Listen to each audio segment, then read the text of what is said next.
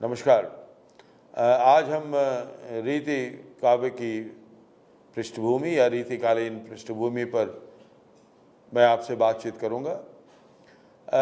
जैसा कि आप जानते हैं कि जब हिंदी साहित्य का इतिहास हम पढ़ना शुरू करते हैं तो उसको कई कालों में विभाजित करते हैं, जैसे आदिकाल, भक्तिकाल, रीतिकाल और आधुनिक काल। मुख्य रूप से 4 भागों में विभक्त करते हैं। तो हमने आदिकाल की चर्चा कर ली है, भक्तिकाल की चर्चा कर ली है और अब हम रीतिकाल की चर्चा करने जा रहे हैं। तो रीतिकाल में जो कविताएं लिखी गई, जो साहित्य लिखा गया, उसे समझने के लिए उस समय की जो पृष्ठभूमि है या परिवेश है उसको जानना ज़रूरी है। हर एक युग के साहित्य को जानने के लिए उस युग की परिस्थितियों को जानना जरूरी है, क्योंकि जो रचनाकार होता है, लेखक होता है, रचयिता होता है, वह उस अपने समय को ही लिखता है और अपने समय को जब वो नए ढंग से लिखता है तो रचनाएं कालजयी हो जाती हैं और जो लेखक और कवि और रचनाकार होता है वो भी दीर्घजीवी हो जाता है, यानी उसके जाने के बाद भी हम उसको याद रखते हैं। तो ये जो रीतिकाल आया 17वीं शताब्दी के मध्य से 19वीं शताब्दी के मध्य तक, यानी 1650 से लेकर 1850 तक, लगभग 1857 में क्रांति हुई और उसके बाद तो आप कह लीजिए कि 16वीं शताब्दी के मध्य से या 17वीं शताब्दी के मध्य, 16वीं नहीं 17वीं शताब्दी के मध्य से 1650 और 19वीं शताब्दी के मध्य, ये 200-250 साल का जो समय था उसको हम रीतिकालीन कविता कहते हैं। और इसका समय तो शुरू हो जाता है शाहजहां के समय से, लेकिन जो शीर्ष पर यह कविता पहुंचती है वो औरंगजेब की मृत्यु के बाद, यानी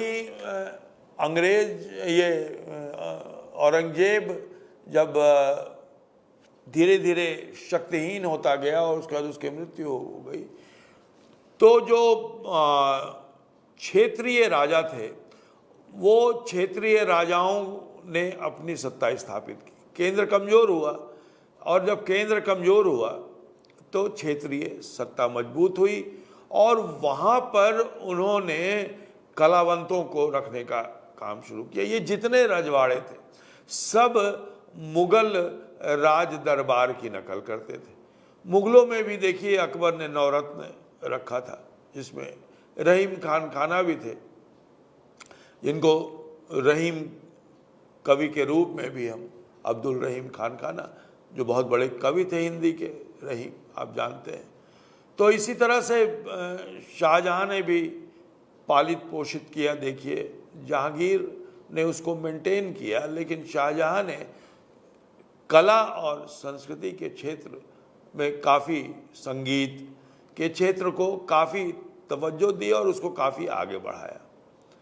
और इसमें सबसे बड़ी बात थी खास तौर पर कला और संस्कृति में कि जो भारतीय संस्कृति थी वो भारतीय संस्कृति कभी धूमिल नहीं हुई, बल्कि लगातार भारतीय संस्कृति और मुगलों के साथ जो ईरान से या मध्य एशिया से जो संस्कृति आई थी वो संस्कृति का मेल होता है यहाँ। लेकिन संगीत तो उनके पास उस तरह से था नहीं और चित्रकला भी पर भी बंदिश थी। तो इन दोनों ही क्षेत्रों में चित्रकला और संगीत को तो पूरी की पूरी तरह मुगलों ने भारतीय संगीत और कला को अपनाया। चित्रकला भी उनके पास जो मोटिव्स थे, उसने फूल पत्तियां बनाने का तो इस्लाम में ये अधिकार था, मैंने इस्लाम ने कहा कि ठीक है फूल पत्ती बना सकते, चित्र नहीं बना सकते, तो क्योंकि उनके यहाँ ये बंदिश थी। तो चित्र जो बनाए गए, जो भारतीय चित्रकला है, उसमें फूल पत्ती का भी, फ्लोरल डिजाइन्स का भी समावेश हुआ और इस तरह एक मिली जुली कला मुगलों के आने के बाद विकसित रही। लेकिन उस पर भारतीय कला या सनातन कला या हिंदू कला उसको हावी रही उस पर। अब जब कलावंतों को राजाओं ने अपने यहाँ संरक्षण दिया तो वो उनसे ये भी अपेक्षा करते थे कि वो राजा का मनोरंजन भी करें, उनकी प्रशंसा भी करें। तो कविता में, साहित्य में चमत्कार पैदा करके ये मनोरंजन का काम कवियों ने शुरू किया। तो ये बहुत बड़ी उपलब्धि इस काल की है कि कविता में चमत्कार, उक्ति चमत्कार पैदा करना, अर्थ चमत्कार पैदा करना, भाषा में चमत्कार पैदा करना। लेकिन इन कविताओं को देखने के बाद, पढ़ने के बाद हम ये समझ लेंगे कि किस प्रकार इस कविता में उस समय का समाज वर्णित हो रहा था। इस पर हम अगले व्याख्यान में चर्चा करेंगे, क्यों इस तरह का साहित्य लिखा गया और किस परिवेश और परिस्थिति में लिखा गया, इसकी चर्चा हम अभी कर रहे हैं। तो इस युग में जो सबसे जो नाम पड़ा इसका रीतिकाल या रीति काव्य, वो इसलिए पढ़ा कि वामन एक बहुत बड़े काव्यशास्त्री थे, अध्येता थे। उन्होंने कहा कि रीति जो है वो एक तरह का काव्य निरूपण का सिद्धांत है, तरीका है वो। और दूसरा, ये रीति का मतलब ये होता है कि एक ही ढंग से काव्य लिखे गए। तो दोनों ही चीजें इस काल में मिली, इसीलिए इस काल का नाम रीतिकाल रखा गया। काव्य लक्षण भी लिखे गए और श्रृंगार परक रचनाएं भी हुई। इसको कई लोग श्रृंगार काल भी कहते हैं, खासकर विश्वनाथ प्रसाद मिश्र। तो सबसे बड़ी बात कि ये इस युग में अधिकांश कविताएं जो हैं, चाहे वो वीर रस की कविताएं भी लिखी गई, तो जो श्रृंगार रस की कविताएं लिखी गई और वीर रस की जो कविताएं लिखी गई, वो मुख्य रूप से राजाओं के दरबार में ही लिखी गई।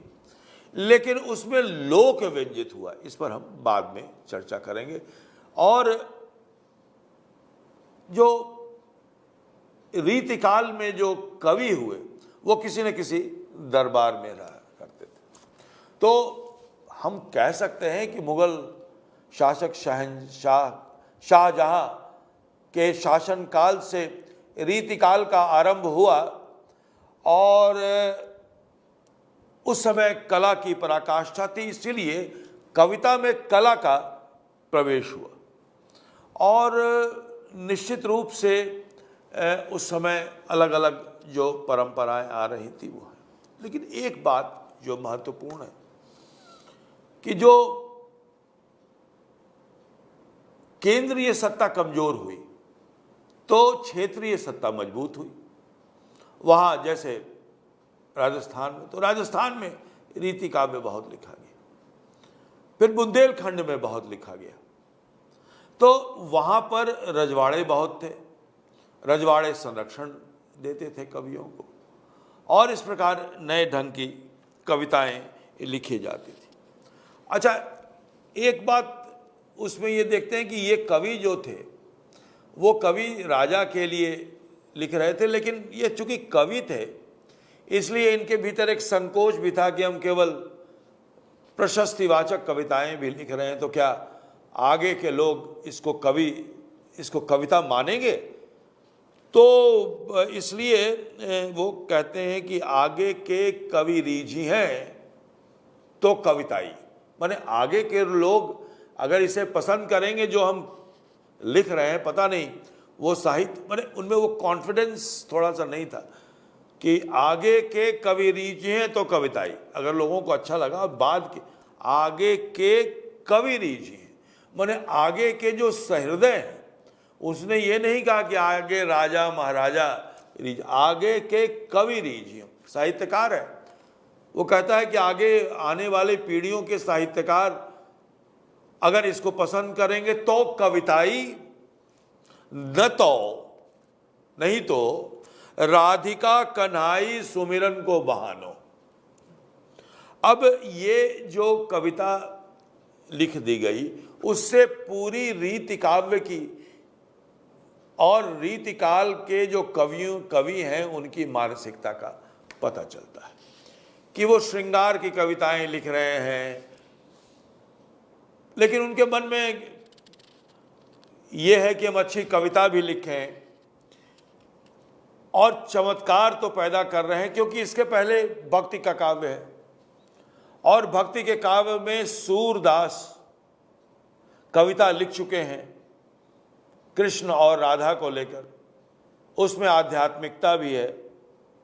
अब वो कृष्ण और राधा का अवलंबन जो कृष्ण ईश्वर भक्ति है वो लोक में समाहित हो जाता है, वो श्रृंगार में समाहित हो जाता है। तो वो राधा और गोविंद की चर्चा बार बार कहते हैं अपनी ग्लानि को मिटाने के लिए, उनके अंदर जो दुविधा है उस दुविधा को मिटाने के लिए। लेकिन उनका उद्देश्य उस समय यह है कि हम एक कवित्त कहें, एक सवैया कहें, एक दोहा कहें और एक अशरफी हमें राजा से मिल जाए। तो ये जो अर्थोपार्जन काव्य हेतु का जो एक कई उसके उपाय हैं, कई उपकरण हैं, उसमें से एक है अर्थोपार्जन। यशोपार्जन भी है, अर्थोपार्जन भी है, स्वांतः सुखाय भी है। तो यहाँ कवि ये नहीं समझ पा रहा है कि उसे स्वांतः सुखाय हो पा रहा है या नहीं। लगता है कि उसको स्वांतः सुखाय नहीं हो रहा था, तभी तो वो एक दुविधा में है, एक डायलेमा में है कि हम राधा गोविंद का नाम ले लेते हैं और राधा गोविंद का नाम लेने से हमारी सब बाधा कट जाएगी। इसीलिए आप देखिए कि मैं अभी एक बिहारी सत्सई से जो पढ़ रहा हूँ, मेरी भव बाधा हराओ राधा नागरी सोय, जा तन की झाई परे श्याम हरित दूते होय। अब इसमें काफ़ी चमत्कार डाला है और कि भाई मेरी भव बाधा जन्म मरण का दुख दूर करो, और वे ही राधा नागरी मेरे जन्म मरण के दुखों को दूर करें, जिनके शरीर की छाया पड़ते ही श्री कृष्ण भी जो स्वयं आनंद मूर्ति हैं आनंदित हो जाते हैं। तो ये इसका एक अर्थ है। मैं अगली कक्षा में इसके और विस्तार से बताऊंगा कि कैसे श्याम हरित द्युति हो जाता है, रंगों का किस प्रकार मिलन यहाँ कराया गया है। तो उसमें ऐसा है कि श्याम वर्ण है, राधा गौर वर्ण है। अब ये गौर वर्ण और श्याम रंग मिलके हरित हो जाता है और इसकी व्यंजना है कि हृदय हरित हो जाता है, रंग भी हरित हो जाता है। तो इस प्रकार से काव्य में एक चमत्कार पैदा किया और ईश्वर को भी, राधा को भी आराध्य बनाया। और जब औरंगजेब का शासन समाप्त होने लगा, परस्पर राजाओं के बीच में युद्ध होने लगे, और इसी दौरान जो दिल्ली के आसपास के राजे रजवाड़े थे हिंदी प्रदेश के, पंजाब से लेकर और बंगाल तक, वहाँ इस तरह से रीतिकाल की कविताएं होने लगी। और ख़ास तौर पर अवध, राजस्थान और बुंदेलखंड में सबसे ज़्यादा हिंदी की रीतिकालीन कविताएं लिखी गईं। आपने शतरंज के खिलाड़ी प्रेमचंद की कहानी पढ़ी होगी। उस कहानी में जो आरंभिक वर्णन है उससे पता चलता है कि केवल राजा ही नहीं, केवल सामंत ही नहीं, बल्कि पूरी की पूरी प्रजा ही विलासी हो गई। और यह स्थिति धीरे धीरे औरंगजेब की मृत्यु के बाद, असल में इसकी नींव औरंगजेब ने बो दी थी। औरंगजेब ने एक ऐसा वातावरण निर्मित कर दिया था कि हिंदू और मुसलमानों के बीच एक ऐसी खाई पैदा कर दी थी उसने, जनमानस में खास तौर पर। राजा तो वो हिंदुओं को रखा करता था, क्योंकि हिंदुओं के खिलाफ उन्हें लड़ाना था, शिवाजी के खिलाफ लड़ाना था। लेकिन जनता जन में उसकी बड़ी ही खराब छवि बनी, और ये खराब छवि इसलिए बनी कि उसने जो यहाँ का बहुसंख्यक समाज था, उस बहुसंख्यक समाज के प्रति उसने एक ऐसा भाव पैदा किया कि मैं एक कविता आपको सुनाता हूँ। भाव पैदा किया कि उसमें, और इसका लोगों में एक बड़ा ही वितृष्णा का भाव आ गया। तो उसमें एक कविता है, मैं उस कविता को सुनाता हूँ, जिसमें उस समय की जो स्थिति है, उस समय की स्थिति का, ये भूषण की कविता है। अब लोग कहते हैं कि उस समय औरंगजेब ने क्या क्या अन्याय किया, वो मैं आपको पढ़ के सुनाता हूँ। पीरा पयंबरा दिगंबरा दिखाई देत, सिद्ध की सिथाई गई रही बात रब की, काशी हूं की कला गई। काशी जो हिंदुओं का केंद्र था, उसकी समृद्धि चली गई। मथुरा मसीत बई, और मथुरा में जो कृष्ण जन्म है वहां मस्जिद बना दी गई। कुंभकर्ण असुर अवतारी औरंगजेब, ये औरंगजेब जो है वो कुंभकर्ण का ही अवतार है। काशी प्रयाग में दुहाई फेर रब की, काशी और प्रयाग की भी वही स्थिति हो गई। तोड़ डाले देवी देव शहर मोहल्लों, लाखों मुसलमान किए माला तोड़ी सबकी। काशी करबला होती मथुरा मदीना होती, शिवाजी न होते तो सुनती होती सब। अब ये देखिए कि उस समय का वर्णन एक रीतिकालीन कवि कर रहा है। माने वो बता रहा है कि किस तरह से औरंगजेब ने जो हिंदू संस्कृति, भारतीय संस्कृति के जो गढ़ थे, काशी, मथुरा और प्रयाग, इनको किस तरह से इस्लामी संस्कृति आरोपित करने की यहाँ कोशिश की गई। और शिवाजी ने अगर इन प्रदेशों को न बचाया होता तो काशी करबला हो जाती और मथुरा मदीना बन जाती। इसका मतलब यह है कि जन में जो जन की भावना है, उस जन की भावना को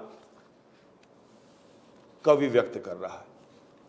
लेकिन ये भावना जो दिल्ली के आसपास के रजवाड़े थे, उनमें अभी तक नहीं पनप पाई थी। और वे सारे के सारे जितने भी राजा थे, वो सब विलासिता की ओर चले गए, और सेठ, साहूकार, व्यापारी ये व्यापार तो कर रहे थे, लेकिन विलासिता के सामानों का ही ज्यादातर व्यवसाय और व्यापार हो रहा था। कृषकों और मजदूरों को देखने वाला कोई नहीं था। हालांकि कृषकों और मजदूरों को हमेशा हाशिए पर रखा राजतंत्र ने, लेकिन युद्ध हो, समारोह हो, अतिवृष्टि हो, अनावृष्टि हो, सबका भार इन्हीं श्रमजीवियों पर पड़ता था। रीतिकाल में इन श्रमजीवियों की चर्चा उतनी नहीं की गई। ये एक कमी है। जाति प्रथा, इस युग में जाति प्रथा ने और जकड़न पैदा हो गई थी, और जो श्रमजीवी वर्ग है उसको छोड़कर सारा वर्ग विलासितामय हो चुका था। सामंती पतन शुरू हो गया था। ऐश्वर्य और विलास की जिंदगी जीने लगे थे राजा महाराजा, अब राम और कृष्ण का भी श्रृंगार होने लगा था, यानी खुद तो विलासी हो रहे थे, अपने आराध्यों को भी का भी विलासमय वातावरण बना रहे थे। इस्लाम की कट्टरता बढ़ती गई और हिंदू और भारतीय मानस लगातार ईश्वर की शरण में जा रहा था और चूंकि उनमें संघर्ष करने की शक्ति नहीं बची थी, इसलिए इसी दौरान बाहर से कई आक्रमण भी हुए, दिल्ली लूटी गई कई बार, लेकिन किसी ने उसका विरोध नहीं किया। सोमनाथ को लूट लिया गया, किसी ने विरोध नहीं किया। केवल और मंदिरों पर ही आक्रमण हुआ क्योंकि मंदिर ही में ही सबसे ज्यादा धन था। या तो धन राजा के दरबार में था या धन मंदिर में था, तो राजा पर आक्रमण करने की बजाय बहुत आसान था मंदिरों पर आक्रमण करना और वहां मंदिरों को लूट के ले जाना। इससे दो तरह के फायदे हुए आक्रमणकारियों को। एक तो हिंदू मन को पददलित किया और दूसरा कि वहां से आसानी से उन्हें धन मिल गया। तो जो हिंदू राजा थे, राजपूत राजा थे, उन्होंने कभी इनका विरोध नहीं किया और खुद विलासिता में डूबे और उन्होंने ऐसे साहित्य को प्रश्रय दिया जो उनकी विलासिता को बढ़ाए। वो भक्ति भी करना चाहते थे और भोग भी करना चाहते थे, तो ऐसी कविता उनके लिए मनोनुकूल थी जिसमें राधा और गोविंद की भी बात की जाए और जिसमें श्रृंगार भी हो। तो इस दौरान राधा और कृष्ण की बहुत चर्चा होती है, बहुत आलंबन बनते हैं कृष्ण और राधा। जैसा कि मैंने कहा कि इस्लामी कला में सबसे ज्यादा स्थापत्य लेकर आए, लेकिन उस स्थापत्य पर भी जो हिंदू स्थापत्य था वो हावी रहा। लेकिन संगीत के क्षेत्र में और चित्रकला के क्षेत्र में हमेशा से हिंदू संस्कृति, भारतीय परंपरा ही हावी रही और उसे मुसलमानों ने अपनाया। बड़े बड़े गायक हुए, बड़े बड़े चित्रकार हुए, बड़े बड़े संगीतकार हुए और ये परंपरा भारत में लगातार चलती रही। और संगीत के क्षेत्र में और चित्रकला के क्षेत्र में ये जो हिंदू और मुसलमान का फर्क है वो बिल्कुल मिट गया। लेकिन दूसरे क्षेत्रों में यह फर्क बना रहा और यहां के राजाओं ने भी मुगल दरबारों की नकल की, अय्याशी की और उस अय्याशी के लिए साहित्य को अपना उपकरण बनाया। बिहारी थे वो जयसिंह, राजा जयसिंह के दरबार में रहा करते थे। राजस्थान और ग्वालियर संगीत का एक बहुत बड़ा केंद्र बना। और दूसरी बात जो है, इन राजाओं को समझने, काव्य समझने समझाने के लिए कि इसमें क्या क्या लक्षण है, बताते कि ये उपमा है, ये उपमेय है, उपमान है, ये उत्प्रेक्षा है, तो राजाओं की समझ में तो आता नहीं। तो उसके लिए उन्होंने लक्षण ग्रंथ लिखे और फिर एक तरह से शिक्षक की भांति पहले पढ़ाया, कविता की समझ पैदा की और कविता की समझ पैदा करने के बाद वैसे ही उन उदाहरणों को स्पष्ट करने के लिए कविताएं लिखी। चिंतामणि, मतिराम, भूषण, बिहारी आदि कवियों ने अलग अलग राज दरबारों में कविताएं लिखी। कुछ कवि थे जिन्होंने लक्षण ग्रंथ लिखे, कुछ ने लक्षण ग्रंथ नहीं लिखे, केवल कविता लिखी, और कुछ लोगों ने इस रीति से मुक्त होकर स्वच्छंद प्रेम की कविता लिखी, जैसे घनानंद। तो 3 तरह की कविताएं मिलती हैं। 2 तरह की कविताएं तो बिल्कुल राज दरबारी हैं, जिसमें लक्षण ग्रंथ और कविताएं लिखी गई या स्वतंत्र रूप से कविताएं लिखी गई। रीति मुक्त, रीतिबद्ध, रीति सिद्ध और रीति मुक्त। लेकिन स्वच्छंद प्रेम की भी कविता लिखी गई। तो 2 तरह की जो ग्रंथ लिखे गए, लक्षण ग्रंथ और श्रृंगार ग्रंथ, ये दोनों ही ग्रंथ जो लिखे गए वो राजाओं को कविता पढ़ाने के लिए। तो और दूसरे तरह का जो वीर काव्य और प्रशस्ति काव्य लिखा गया, तो ये पृथ्वीराज रासो से ही ये संकल्पना चली आ रही थी। तो इस समय भी राजा अपने को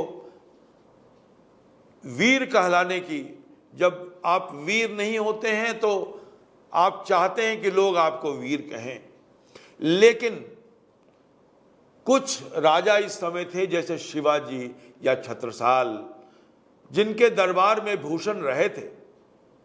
ये बहुत संघर्षशील राजा थे। और जिस प्रकार पृथ्वीराज चौहान ने का वर्णन किया है चंद्रबरदाई ने, और पृथ्वीराज चौहान ने बाहरी आक्रमणकारियों का विरोध किया, उसी तरह छत्रसाल और शिवाजी ने भी भारतीयता की रक्षा करने के लिए, भारतीय संस्कृति, हिंदू संस्कृति की रक्षा करने के लिए लगातार संघर्ष किया। अभी मैंने आपको एक उदाहरण के द्वारा आपको समझाया था।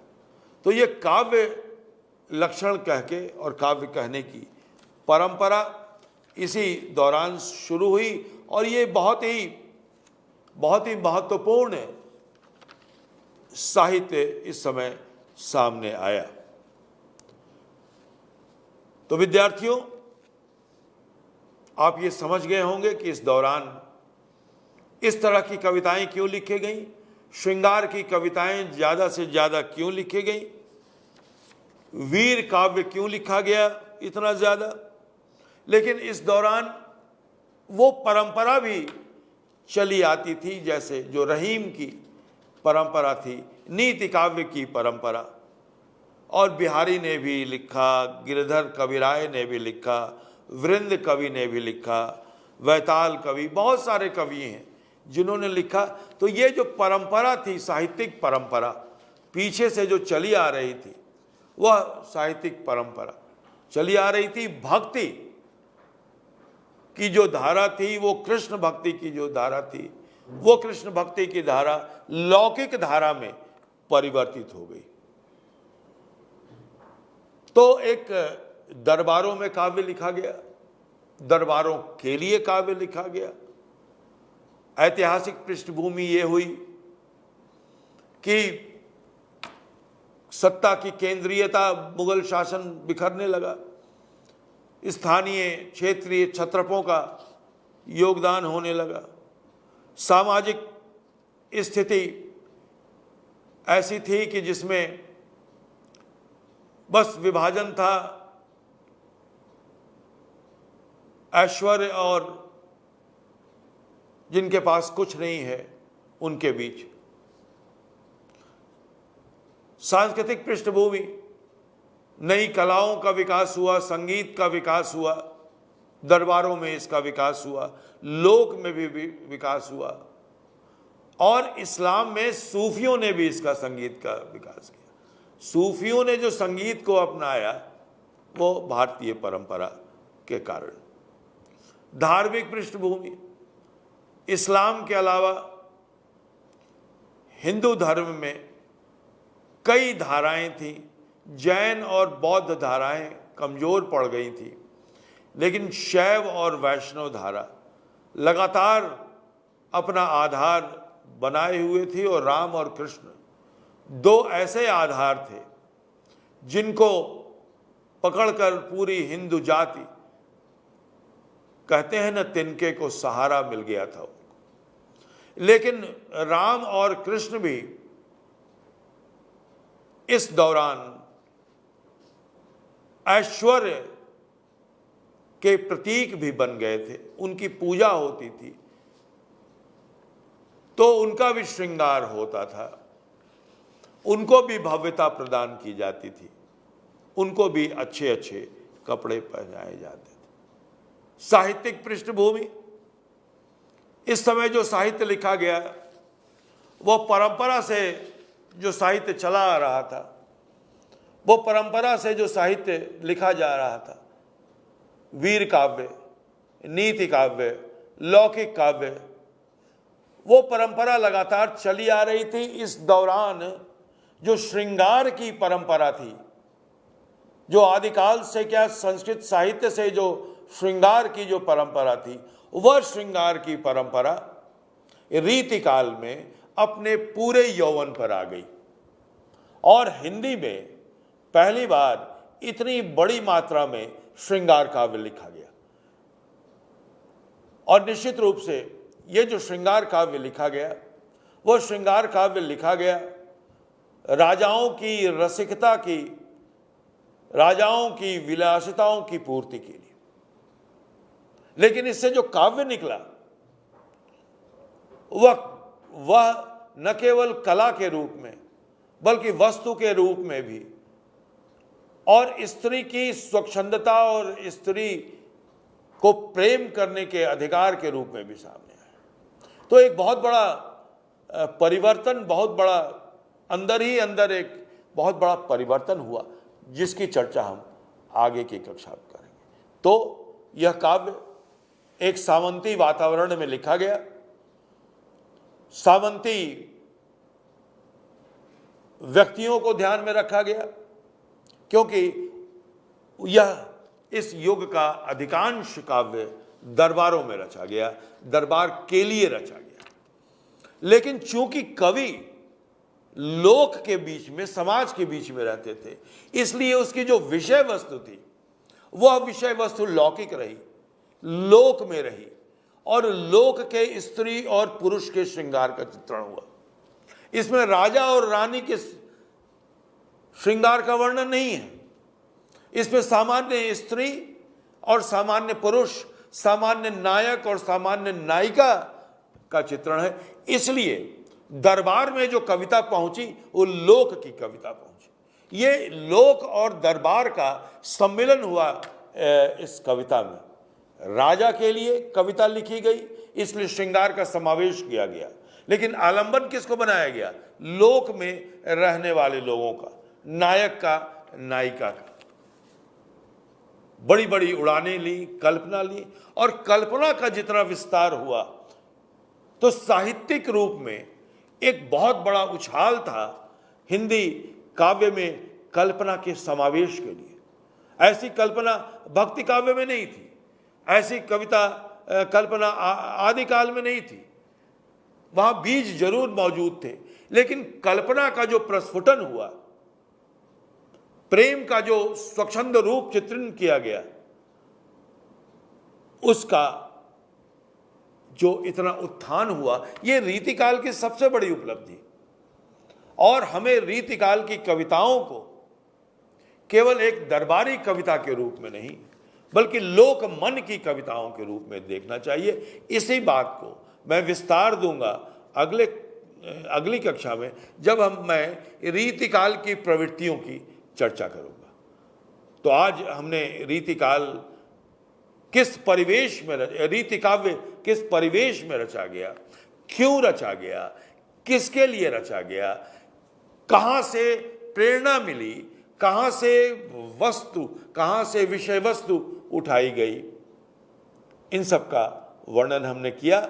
आगे जब हम रीति काव्य की विशेषताओं की चर्चा करेंगे तो फिर हम आपको इसके पृष्ठभूमि की ओर लाके आपको बताएंगे कि ये जो रचनाएं हुई वो कैसे अपने परिवेश से भी नियंत्रित थी, कवि के मन से भी नियंत्रित थी, जो जिसके लिए कविता रची जा रही थी उसके मन से भी नियंत्रित थी, और उसमें लोक मन भी था। तो विद्यार्थियों, मैं समझता हूँ कि जो बात मैंने आपको कही आपने नोट की होगी और आप इन बातों को ध्यान में रखिए और रीति काव्य का अध्ययन कीजिए। बहुत बहुत धन्यवाद, शुक्रिया, नमस्कार।